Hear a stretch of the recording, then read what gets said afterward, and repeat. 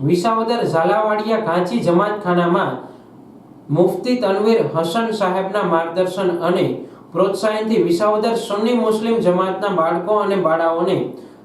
દીનની તાલીમ આપી શાનદાર સ્ટેજ પ્રોગ્રામનું આયોજન કરવામાં આવ્યું હતું, જેમાં સુન્ની મુસ્લિમ જમાતના પ્રમુખ નાસિરભાઈ મહેતર, ટ્રસ્ટીગણ ઇકબાલભાઈ કારવા, અફઝલભાઈ મોદી, આબિદભાઈ બ્લોચ દ્વારા બાળકોને પ્રોત્સાહિત કરી ઇનામ અને રોકડ પુરસ્કાર અપાયો હતો। અંદાજિત 40 બાળકો દ્વારા સ્ટેજ ઉપર ઇસ્લામ અને દીનની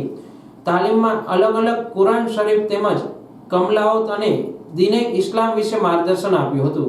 જેના મહેમાનોમાં જાકીર બાપુ કાદરી, મકસૂદ બાપુ કાદરી, પત્રકાર આસિફ કાદરી, મુસ્તાક ભોર,